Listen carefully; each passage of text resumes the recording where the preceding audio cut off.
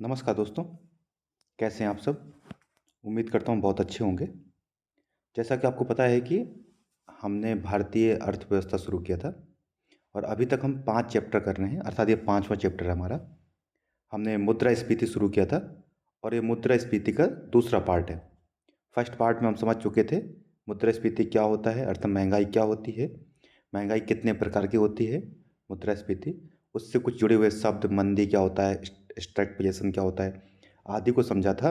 साथ साथ ये समझा था कि मुद्रास्फीति बढ़ने के क्या कारण होते हैं और उसको, ठीक है, क्या प्रभाव होते हैं। आज इस वीडियो में हम समझेंगे कि मुद्रास्फीति को कैसे मापते हैं।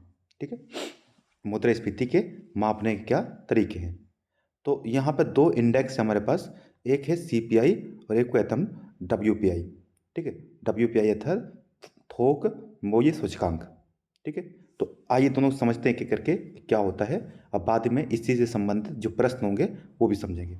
देखिए, जो थोक में वस्तुएं जब खरीदी जाती हैं, थोक में अगर वस्तुओं को खरीदा जाए और उसकी कीमतों में देखा जाए कितना उतार चढ़ाव होता है। थोक में कौन खरीदता है? जो व्यवसायी होते हैं, जो व्यवसाय कंपनियां होते, उद्योग होते हैं, वो थोक में सामान खरीदते हैं और उसके बाद कस्टमर उनसे फुटकर में खरीदते हैं। ठीक है, तो व्यवसाय द्वारा या अन्य व्यवसायों को क्या होता है, थोक में वस्तु बेची जाती है। जब थोक में एक व्यापारी दूसरे से खरीदता है तो उन वस्तुओं की कीमत में कितना उतार चढ़ाव हुआ है उसको कहते हैं हम थोक मूल्य सूचकांक। इसको कैसे नापा जाता है? एक बास्केट बनाई जाती है और उस बास्केट में कुछ वस्तुएं हैं जिनको रखा जाता है। एक तीन वस्तुएं हैं, प्राथमिक, द्वितीय, सॉरी, प्राथमिक वस्तुएं, जैसे खाद्य वस्तु हो गई। ठीक है, जितनी खाद्य सामग्री होती हैं वो किस में आती हैं? प्राथमिक वस्तुओं में या प्राथमिक। ठीक है, दूसरा है ईंधन और पावर, शक्ति, ऊर्जा, जैसे पेट्रोल हो गया, डीजल हो गया, इन सब की जो दाम में, कीमत में कितना परिवर्तन होता है। और तीसरा होता है मैन्युफैक्चर गुड, मैन्युफैक्चर विनिर्मित उत्पाद, ऐसे उत्पाद जिनको इंडस्ट्री में बनाया जाता है। तो प्राथमिक यानी खाद्य पदार्थ, ये गैर खाद्य पदार्थ कुछ ऐसे आ जाते हैं, प्राइमरी गुड्स हो गए। ईंधन और शक्ति यानी कि ऊर्जा के रूप में पेट्रोल, डीजल आदि को हम ईंधन के रूप में देखते हैं। और तीसरा है विनिर्मित उत्पाद, अर्थात बनाई गई वस्तुएं या निर्मित वस्तुएं कह सकते हैं। इन तीनों का भारांश होता है। अगर ये मानिए कि अगर टोकरी में 100 वस्तुएं रखी जाती हैं, 100 वस्तुएं रखें, तो 100 में से विनिर्मित वस्तुएं जो होंगी वो 64% के आसपास होंगी। अगर एग्जैक्ट कहेंगे 64.23। अगर ईंधन और ऊर्जा की बात करें तो ये 13%। और प्राइमरी गुड्स की बात करें तो वो यानी प्राथमिक वस्तु में कितनी, 22%, या एग्जैक्ट कहें मतलब एग्जैक्ट 22.62, और या एग्जैक्ट समथिंग समथिंग 23% के आसपास। तो आपने देख पा रहे कि इसमें सबसे ज़्यादा भारांश किसका है? तो इसमें भारांश सबसे ज़्यादा किसका है? विनिर्मित वस्तुओं का है। दूसरे नंबर प्राथमिक वस्तुओं का और तीसरे नंबर पे ईंधन या शक्ति का, ऊर्जा का। ठीक, अब ये चूंकि थोक, ठीक है, थोक मूल्य सूचकांक है। थोक में ज़्यादातर वस्तु कौन सी खरीदता है? व्यापारी। विनिर्मित वस्तुएं खरीदी जाती हैं थोक में, अर्थात इनका भारांश क्या है इसमें? ज़्यादा है, इनके इनका भार ज़्यादा है।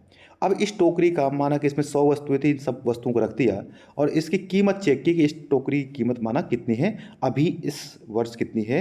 ये 100 रुपये है। और इसी टोकरी के बाद में 2 महीने बाद, 4 महीने बाद टोकरी की कीमत बढ़ के 120 रुपये हो जाए, तो हम क्या कहेंगे कि जो कीमत हो गई है वो मुद्रास्फीति 20% की दर से बढ़ गई है। ठीक है, तो मुद्रास्फीति कैसे नापते हैं? एक टोकरी यानी बास्केट बनाई जाती है, उस बास्केट में इन तीन प्रकार की वस्तुओं रखा जाता है और उनकी कीमत में उतार चढ़ाव को देखा जाता है।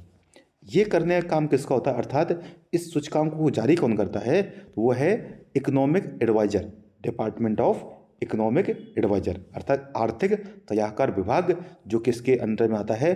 वाणिज्य एवं उद्योग मिनिस्ट्री के अंदर में आता है। ठीक है, commerce and industry, industry ministry, ministry of commerce and industry, इसके अंतर्गत आता है। ये इंपॉर्टेंट पॉइंट है। ठीक है, भारत में इसको सबसे व्यापक रूप से उपयोग किया जाता है। मुद्रा सूचकांक नापने का एक बहुत अच्छा तरीका है। इसी में सरकार ने थोड़ा एक संशोधन किया था। 2004-05 जो आधार वर्ष हुआ करता था उसको चेंज करके अब कर दिया गया है 2011-12, और यह चेंज कब किया गया था? 2017 में।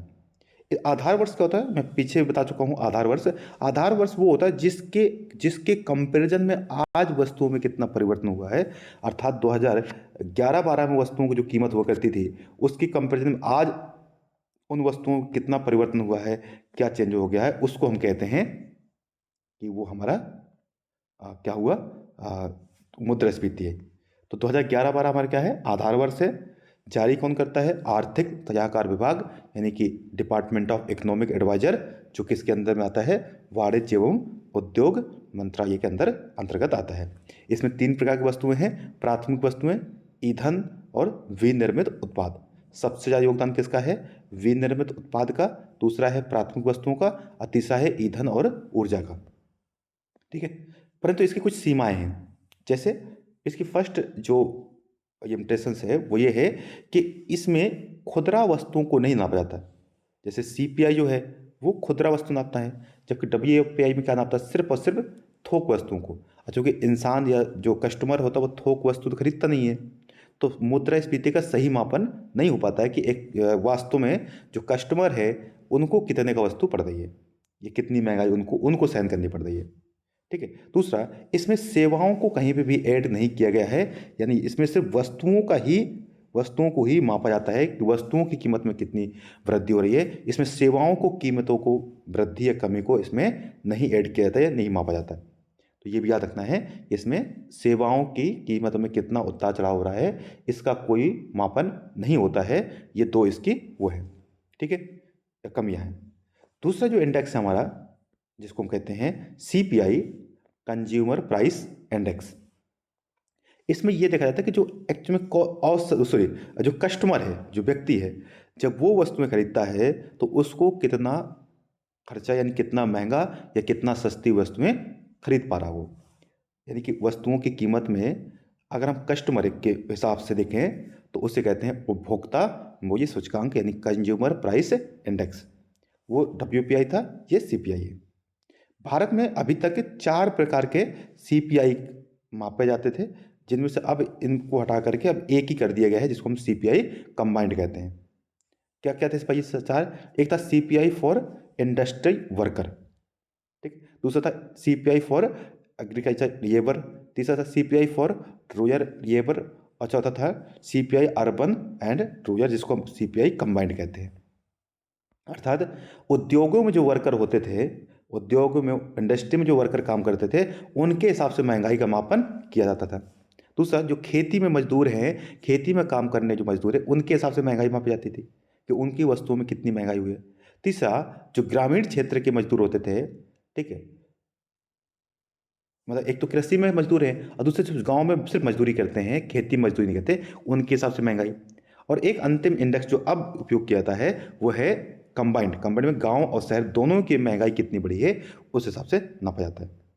ऊपर के जो 3 इंडेक्स हुआ करते थे, इनको जारी करता था कौन सा, श्रम एवं रोजगार मंत्रालय का जो लेबर ब्यूरो डिपार्टमेंट है उसके द्वारा नापा जाता था। जो चौथा है सीपीआई कंबाइंड है, इसको नापता है कौन, जो हमारी मॉस्पी है उसका जो केंद्रीय सांख्यिकी संगठन है, जिसको सीएसओ, वैसे तो एनएसओ हो गया, ये नेशनल स्टैटिस्टिकल ऑफिस कहते हैं इसको, एनएसओ द्वारा मापा जाता है। ठीक है, इसका आधार वर्ष भी क्या है, सीपीआई कंबाइंड का 2012 है, उसका भी 11-12 था और यहाँ पर भी इसका भी 2017 में इसका भी आधार वर्ष चेंज कर दिया गया है, 2012 कर दिया, सॉरी। इसमें देखिए जैसे वहाँ पे सिर्फ 3 वस्तुएं थी, कौन कौन सी, उसमें विनिर्मित उत्पाद सबसे ज़्यादा, दूसरा था जो हमारा वो था प्राथमिक वस्तुएं और तीसरा था जो वो था ईंधन और ऊर्जा।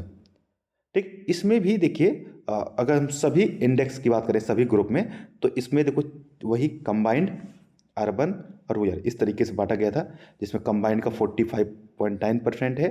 यहाँ देखिए प्राथमिक यानी कि कंबाइंड में क्या क्या चीज़ें यहाँ देखिए, फूड एंड बेवरेज यानी खाद्य एवं पेय पदार्थ, दूसरा है पान, टोबैको, तंबाकू और जो इंटॉक्सिक पदार्थ होते हैं, पान और तंबाकू का, तीसरा है क्लोथिंग एंड फुटवेयर यानी कि जूते और कपड़े, चौथा है हाउसिंग, पांचवा है ईंधन और प्रकाश और चौथा है अन्न।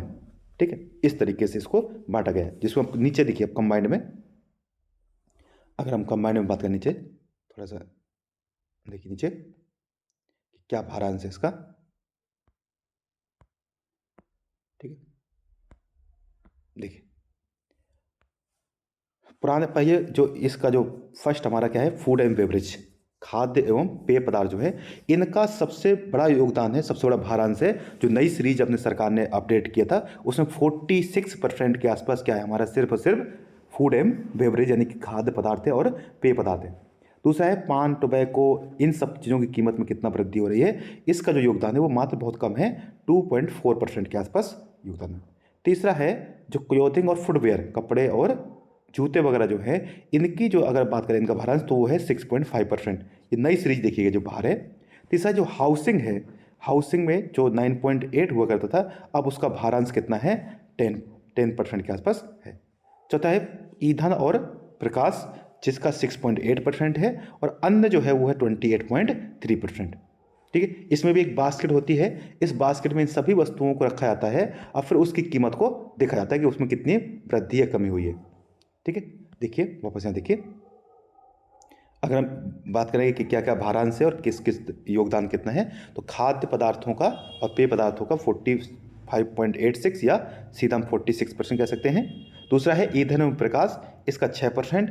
आवास जो सिर्फ शहरों में नापा जाता है, क्योंकि गांव क्षेत्र में तो आवास की ज़रूरत नहीं होती है, व्यक्ति का अपना खुद का मकान होता है, परंतु शहरी क्षेत्रों में किराए में रहते हैं और उनकी किरायों में कितने कीमत या उसकी होती है, इसको नापा जाता है शहरी क्षेत्र में। वस्त्र एवं जूते 6% के 7% के आसपास कह सकते हैं, 6.5। और अन्य जो है भार उसको जोड़ देंगे इन सबको, तो जो बचेगा वो क्या है हमारा 28% के आसपास अन्न है। ठीक है, तो ये है भारांश के हिसाब से। तो यहाँ याद रखना है कि सबसे ज़्यादा योगदान किसका है इसमें, खाद्य एवं पेय पदार्थ का, क्योंकि जो एक कस्टमर होता है वो सबसे ज़्यादा यही चीज़ खरीदता है, इसी में खर्चा सबसे ज़्यादा करता है, इस वजह से इसमें योगदान इसका सबसे ज़्यादा है। जबकि जो WPI था उसमें विनिर्मित वस्तुओं का ज़्यादा योगदान था, क्योंकि एक जो व्यापारी होता है वो विनिर्मित वस्तुएं ही ज़्यादा खरीदता है।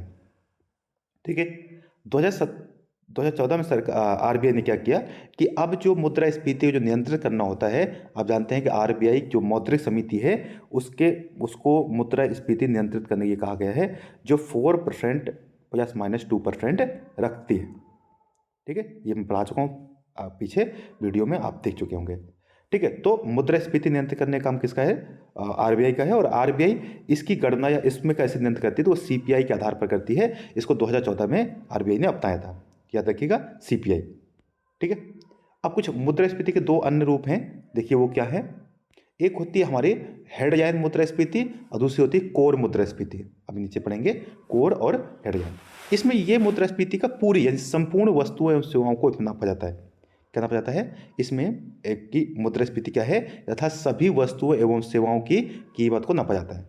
जबकि कोर में क्या होता है, कोर में हम खाद्य पदार्थ, खाद्य और ऊर्जा को हटा देते हैं, क्योंकि खाद्य पदार्थ और ऊर्जा की जो कीमतें होती हैं वो बहुत तेज़ी से घटती बढ़ती रहती हैं।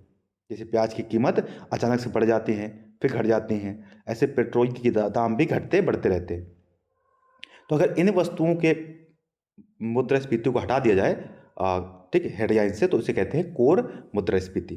ठीक है, तो याद रखिए इसमें इसमें क्या है, सभी वस्तुओं सेवाओं को नापा जाता है। ठीक है, देखिए जैसे इसमें क्या दिया है, इसमें इसमें खाद्य पदार्थों, ईंधन, ऊर्जा और अन्य सभी वस्तुओं और सेवाओं को मापा जाता है। याद रखें CPI में हम बस सेवाओं को भी नापते हैं, सेवाओं को भी ऐड किया था।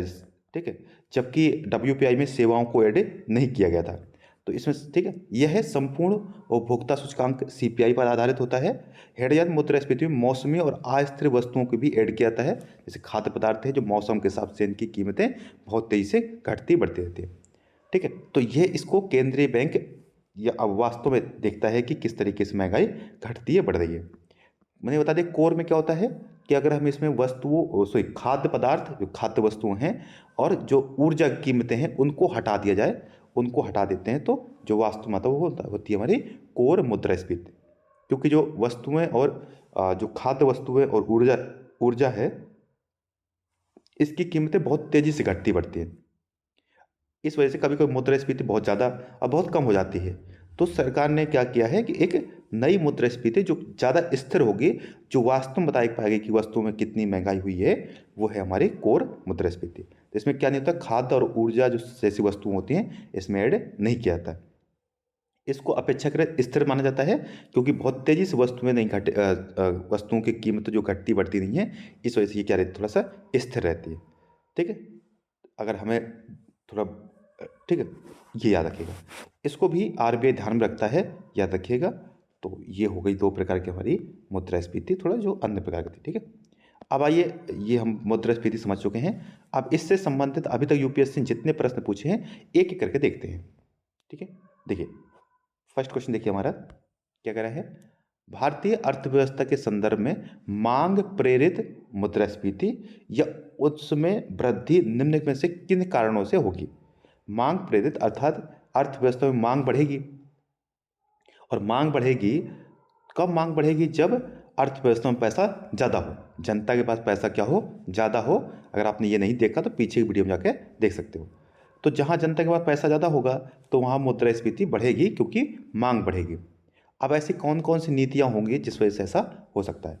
एक तो होता है विस्तारवादी नीतियाँ। हाँ ठीक है, सही बात है। अगर आरबीआई या सरकार विस्तारवादी नीति अपनाती है, विस्तारवादी का अर्थात हो गया कि ब्याज दरें कम कर देंगी, और अगर ब्याज दरें कम होगी तो ब्याज सस्ता होगा, जिससे जनता अधिक ब्याज प्राप्त करेगा, अर्थात मार्केट में पैसा ज़्यादा जाएगा, और मार्केट में पैसा होगा तो जनता खरीदारी अधिक करेगी। तो फर्स्ट स्टेटमेंट करेक्ट है हमारा। अगर इस हिसाब से देखें तो ये हमारा जो स्टेटमेंट बी है वो कट जाएगा। अब आते हैं राजकोषीय प्रोत्साहन, ये भी है। अगर सरकार राजकोषीय के प्रोत्साहन देती है, जनता के खाते में पैसे भेजती है, सब्सिडी देती है, या ठीक है भत्ता देती है, इस तरीके से कोई भी पेंशन देती है, इन सब चीज़ों से क्या होगा, मार्केट में पैसा आएगा। अगर राजकोषीय कटौती करती है तो पैसा कम होगा, अब मुद्रास्फीति घटेगी। परंतु अगर सरकार प्रोत्साहन देती है तो मुद्रास्फीति बढ़ेगी। तो अर्थात दूसरा भी होना चाहिए हमारा। तो दूसरा तो दोनों में सभी में है। ठीक है, तीसरा मुद्रा सूचकांकन मजदूरी, मुद्रास्फीति सूचकांकन मजदूरी।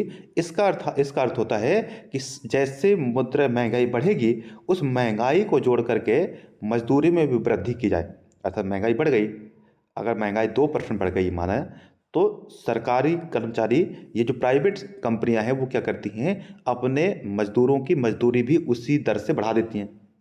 अगर मजदूरी बढ़ा दी तो जनता के पास फिर पैसा आया, और फिर पैसा आया तो वो और खरीदेंगे, और खरीदेंगे तो महंगाई और बढ़ेगी। तो तीसरा भी होना ही चाहिए। तो देखिए तीसरा, सॉरी सॉरी सॉरी, ये तो गड़बड़ हो गया ना, तीसरा तो नहीं होना चाहिए ना। इसको समझिए, सॉरी सॉरी सॉरी, अगर मुद्रास्फीति सूचकांकन मजदूरी होती है, देखिए अगर मजदूरी बढ़े भी रही तो उतनी ही दर से मजदूरी बढ़ी है। यहाँ पे गड़बड़ हो गया थोड़ा सा हमारी स्टोरी वापस से। अगर देखिए, अगर 2% के हिसाब से दर से मुद्रास्फीति बढ़ी, और इसके हिसाब से उसको 2% ही सिर्फ क्या किया गया, उसको कर में उसमें मजदूरी बढ़ाई गई है, तो उसको कोई फायदा नहीं हुआ। अर्थात अब वो 100 रुपये की चीज़ 102 रुपये में खरीद, 102 रुपये बढ़ने से 102 रुपये की हो गई, और उसकी मजदूरी भी बढ़ के 102 रुपये हो गई, तो वो खरीद तो उतना ही पाएगा ना, उससे ज़्यादा तो नहीं खरीदेगा। तो इसमें मांग तो बढ़ी नहीं, क्योंकि वह पैसा बढ़ा नहीं। जितनी मुद्रास्फीति बढ़ी उतना ही उसकी मजदूरी बढ़ गई, तो उसको बहुत ज़्यादा कुछ फर्क नहीं पड़ा। तो तीसरा नहीं होना चाहिए। अब तीसरा अगर नहीं होगा तो सी नहीं होगा, डी नहीं होगा, तो अर्थात ए। कर उच्च क्रय शक्ति, उच्च क्रय शक्ति हो ही नहीं सकती, क्योंकि क्रय शक्ति तो घटती है महंगाई बढ़ने से। ठीक है, चौथा है बढ़ती ब्याज दर। अगर ब्याज दर बढ़ेगी तो जनता के पास पैसा कम आएगा, और जनता के पास पैसा कम होगा तभी वो खरीदारी नहीं कर पाएगा। तो पाँचवा भी हटा दीजिए, ब्याज दर में बताया अभी कम होना चाहिए। वैसे ही अगर हम पाँचवा हटाते तो डी, सी और बी हट जाता, और हमारा ए आंसर हो जाता। ठीक है, ब्याज दर कम होना चाहिए। तो ये क्वेश्चन यूपीएससी का पूछा हुआ है। अब आइए दूसरा प्रश्न देखिए, क्या है, खाद्य वस्तु, मतलब कह रहे हैं कि निम्न कथनों पर विचार कीजिए। खाद्य उपभोक्ताओं से खाद्य वस्तुओं का उपभोक्ता मूल्य सूचकांक सीपीआई भार उनके मूल्य सूचकांक, मतलब थोक मूल्य सूचकांक डब्ल्यूपीआई में दिए गए भार से अधिक होता है। हाँ, तो अभी देखा था कि सीपीआई में जो खाद्य वस्तुएं हैं उनका भार अधिक है, और डब्ल्यूपीआई में भार कम होता है। भारत की सबसे ज़्यादा किसका है, वो है विनिर्मित वस्तुओं का, और खाद्य यानी प्राथमिक वस्तुओं का जो भार है वो काफ़ी कम था। ठीक है, 22% के आसपास। जबकि हमने देखा कि जो सीपीआई था उसमें जो खाद्य वस्तुएं और पेय पदार्थ है उनका 46% के आसपास भार है। तो फर्स्ट स्टेटमेंट तो करेक्ट है हमारा। और अगर फर्स्ट करेक्ट हो गया तो बी हट गया और सी भी हट गया। अब आइए देखिए, डब्ल्यूपीआई सेवाओं के मूल्य में होने वाले परिवर्तन को नहीं मापता।